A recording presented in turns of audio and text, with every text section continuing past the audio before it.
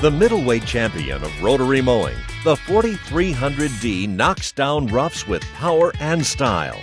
The 4300 is a lighter, sure-footed mowing powerhouse with a 7.5-foot width of cut and 5 22-inch ground-following rotary cutting decks.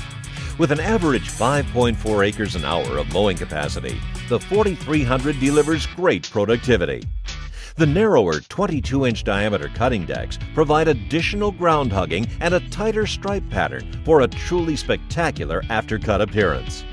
The 44-horsepower Kubota liquid-cooled turbocharged diesel engine provides mowing punch with a close-cutting rotary mower that's fast on its feet.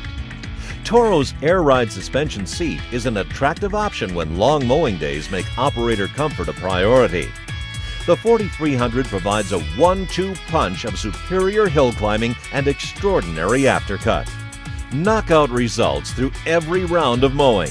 It's the 4300 Groundsmaster way to great-looking turf.